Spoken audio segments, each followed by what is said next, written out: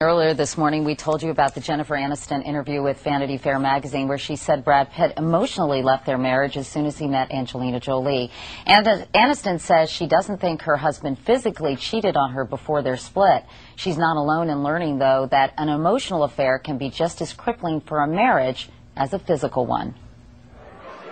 Not all affairs involve physical cheating. There can be emotional infidelity when one spouse has a consistent and deep emotional bond with someone other than their partner.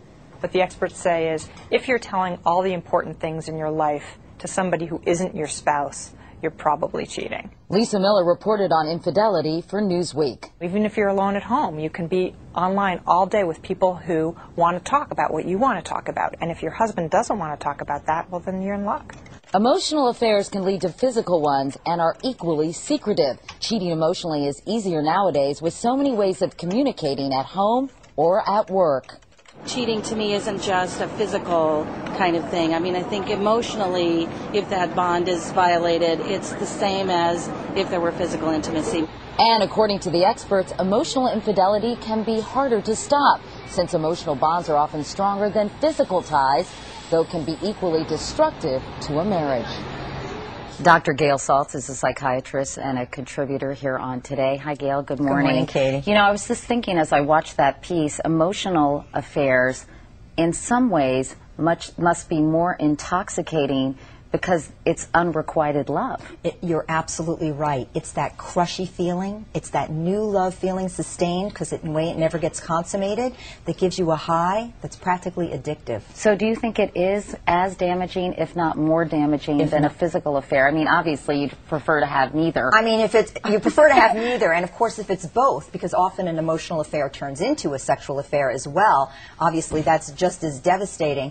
But the point is, say the one-night stand versus the emotional affair, most people would tell you they're more devastated by the emotional affair because that's really a betrayal of the love, of the feeling. It's not so much about the physical act, but what the physical act represents, which is your loving feelings and your intimacy being betrayed. How do you know if you're in the middle of an emotional affair versus just a close friendship with a colleague or a friend? You know what? It really has to do with secrecy.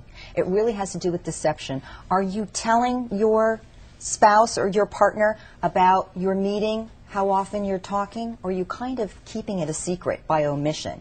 That tells you a lot about what's going on. It's also, do you know that there's basically a sexual attraction, even if it's not spoken about? Are you telling that person lots of things about your life, your intimate feelings, including potentially your marital dissatisfaction that you're not talking with your spouse about?